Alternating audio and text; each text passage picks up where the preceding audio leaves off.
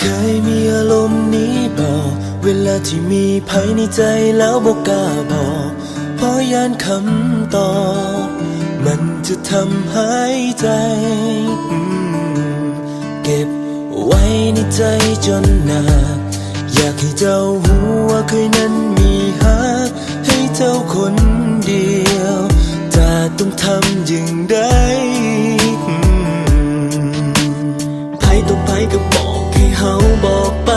บอกหักเท่านั้นมันจะยากบ่ใดหากเจ้ามีใจ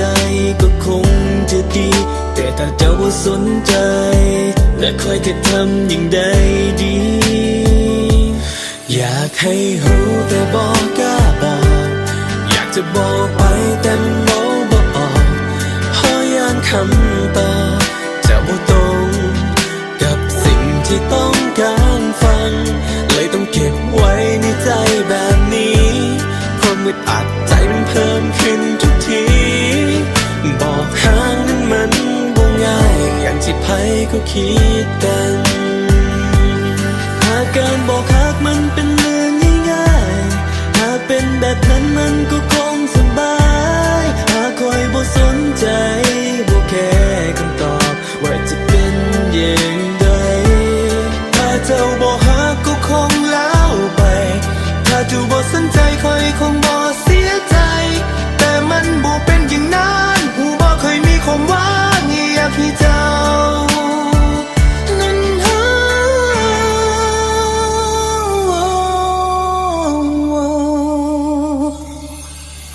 ไผต่อไผก็บอกให้เฮาบอกไป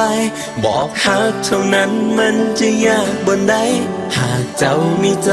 ก็คงจะดีแต่ถ้าเจ้าบ่สนใจแล้วคอยจะทำอย่างใดดีอยากให้รู้แต่บอกกล้าบอกอยากจะบอกออกไปแต่มันเว้าบ่ออกเพราะยานคำตอบจะบ่ตรงกับสิ่งที่ต้องการฟัง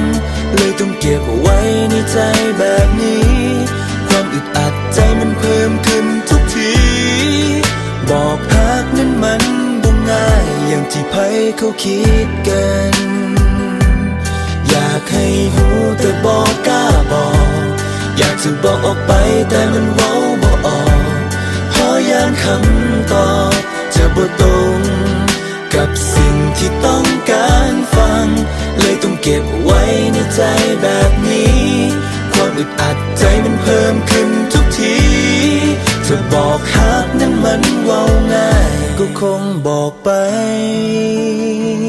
ตั้งแต่วันที่พบกัน